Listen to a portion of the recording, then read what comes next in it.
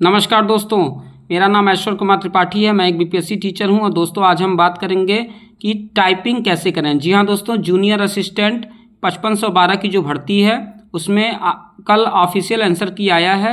उसके बाद अगला जो पड़ाव है वह टाइपिंग का है।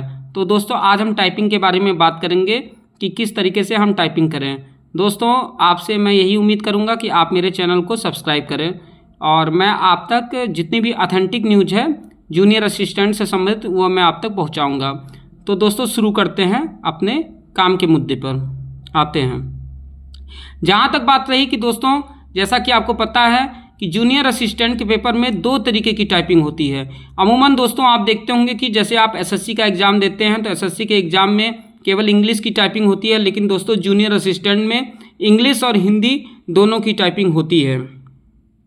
आपको सामने दिख रहा होगा कि इंग्लिश में जो नियम बनाया गया है वह 30 वर्ड पर मिनट है और हिंदी में 25 वर्ड पर मिनट है। जी हाँ दोस्तों, हिंदी में 25 वर्ड पर मिनट है और इंग्लिश में 30 वर्ड पर मिनट है। और दोस्तों जब आप इन दोनों टाइपिंग को क्या कहते हैं, इंग्लिश और हिंदी की टाइपिंग को क्वालिफाई करेंगे, उसके बाद आप डॉक्यूमेंट वेरिफिकेशन के लिए आप एलिजिबल होते हैं। तो दोस्तों सबसे पहले बात करेंगे कि इंग्लिश और हिंदी की टाइपिंग कैसे होगी। जहाँ तक बात रही इंग्लिश की, तो इंग्लिश की टाइपिंग में एक ही तरीके का फ़ॉन्ट यूज़ होता है, उसमें किसी भी तरीके का कोई परिवर्तन नहीं होता है। तो अमूमन इंग्लिश की टाइपिंग सबके लिए एक समान रहती है और उसमें किसी भी तरीके की कोई दिक्कत नहीं आती है।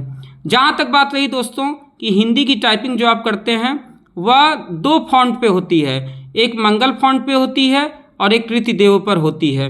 तो दोस्तों इंग्लिश को आप बचपन से आप देखते आ रहे होंगे कि जब भी आप कंप्यूटर या लैपटॉप को देखते होंगे तो कहीं ना कहीं आपको दिखता होगा कि आपने जो कीबोर्ड है उस कीबोर्ड को जब से आपने देखना शुरू किया स्कूल के दिनों से, तब से आपको यही दिखता है कि आपको वो चीज़ें कहीं ना कहीं आसान लगती है, क्योंकि आप मोबाइल में भी जो टाइप करते हैं वह इंग्लिश कीबोर्ड पे आप टाइप करते हैं। जो डिजिटल बोर्ड होता है उस पर आप टाइप करते हैं। कोई भी मैसेज आपको टाइप करना रहता है तो आप हिंदी भी लिखते हैं तो वो भी इंग्लिश के माध्यम से लिखते हैं।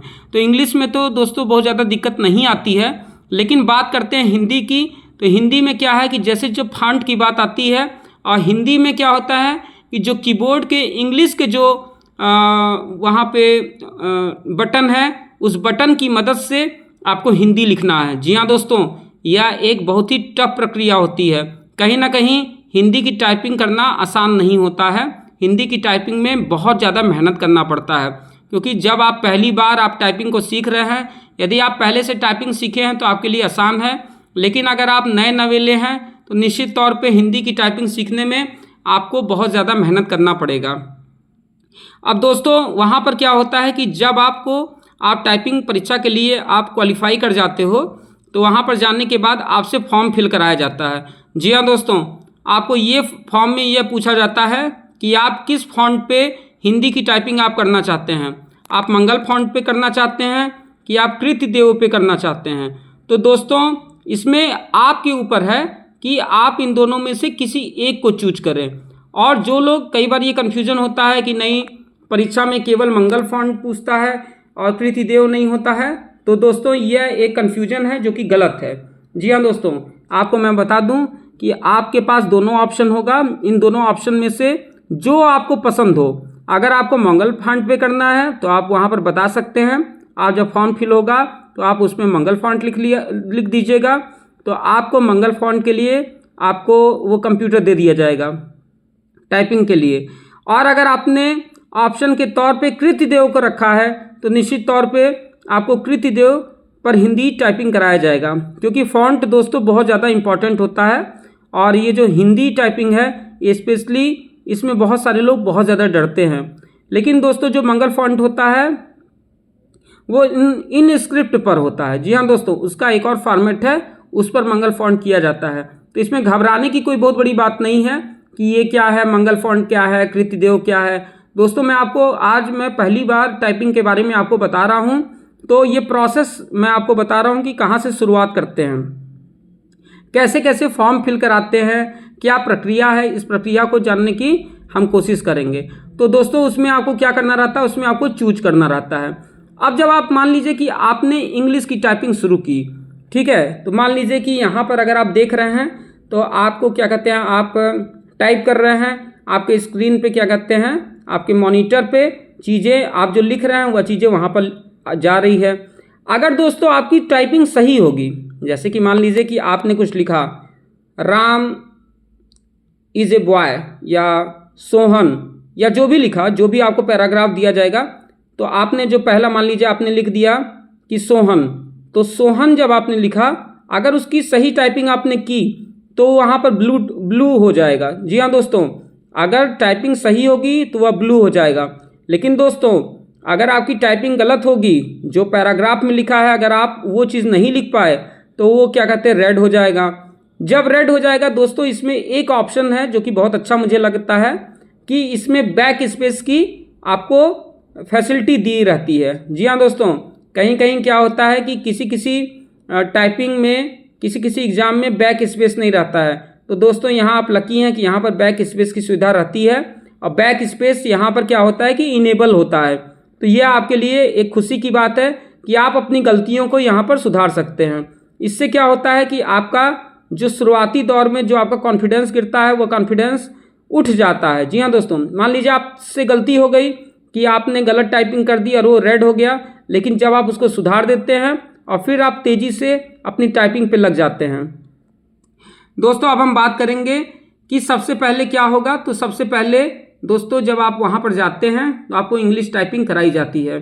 सबसे पहले क्या होता है कि जब आपको टाइपिंग कराई जाती है तो उसके लिए 5 मिनट डेमो, जी हाँ दोस्तों 5 मिनट का डेमो आपको दिया जाता है कि आप वहाँ पर डेमो कर सकें। आप उसको वहाँ पर अपनी प्रैक्टिस, डेमो माने क्या होता है दोस्तों, प्रैक्टिस आप वहाँ पर कर सकते हैं। वह रियल प्रैक्टिस, वह रियल टेस्ट नहीं है। उसके बाद क्या होता है कि जब 5 मिनट का डेमो हो जाएगा तब आपका असली एग्ज़ाम शुरू होगा। जी हाँ दोस्तों, तब असली खेल यहाँ से शुरू हो जाता है। 5 मिनट डेमो के बाद से परीक्षा शुरू हो जाती है, तब आपको टाइपिंग करना शुरू करना पड़ता है। फिर क्या होता है दोस्तों कि फिर डेमो आता है। अब इस डेमो में क्या होता है कि हिंदी का ये डेमो होता है, यह भी लगभग 5 मिनट का होता है।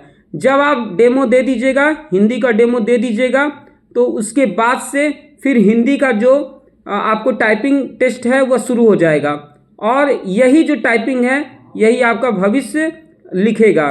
तो मैं आपसे यही उम्मीद करता हूं कि आप टाइपिंग पर लगातार ध्यान दें, क्योंकि दोस्तों कल क्या हुआ है कि कल फाइनल आंसर की आ गई है। अभी इसमें तमाम उसमें सुधार होता रहेगा, लेकिन मेन चीज़ है कि जूनियर असिस्टेंट का असली मतलब होता है टाइपिंग, और आप अपने टाइपिंग पे ध्यान दें। इंग्लिश आप ले जाएं 30 वर्ड पर मिनट की स्पीड तक ले जाएं, और हिंदी कोई एक फॉन्ट चूज़ कर लें, चाहे आप मंगल चूज़ कर लें, चाहे आप कृतिदेव चूज़ कर लें, क्योंकि दोस्तों टाइपिंग ही है जो कि आपको जूनियर असिस्टेंट में सरकारी बाबू बनने का मौका देगा। और दोस्तों जिस तरीके की स्थितियां इस समय उत्तर प्रदेश में है कि उत्तर प्रदेश में बेरोजगारी अपने चरम सीमा पर है, उसमें 5512 की जो भर्ती है निश्चित तौर पर वह बहुत सारे परिवार के लिए खुशखबरी लेकर आएगी। तो मैं यही उम्मीद करता हूं कि आप लगातार टाइपिंग करें, और टाइपिंग करने के साथ साथ अपने हौसले को और ऊपर लेकर जाएं। जी हाँ दोस्तों, आपके अंदर आत्मविश्वास, जब आप लगातार टाइपिंग करेंगे तब जाकर आप में आत्मविश्वास होगा। आपकी उंगलियां जो है वो आपके दिमाग के साथ सेट होनी चाहिए, क्योंकि होता क्या है दोस्तों कि बहुत सारे लोग हैं जो कि थोड़ी बहुत टाइपिंग करके उन्हें लगता है कि वह जब एग्ज़ाम सेंटर पे जाएंगे, जब टाइपिंग सेंटर में जाएंगे तो वहाँ पर वह धमाल मचा देंगे। लेकिन दोस्तों ऐसा नहीं होता है। आप यदि अच्छी प्रैक्टिस शुरुआत से नहीं करेंगे तो निश्चित तौर पर वहाँ पर जाने के बाद आपको कहीं ना कहीं समस्याओं का सामना करना पड़ेगा।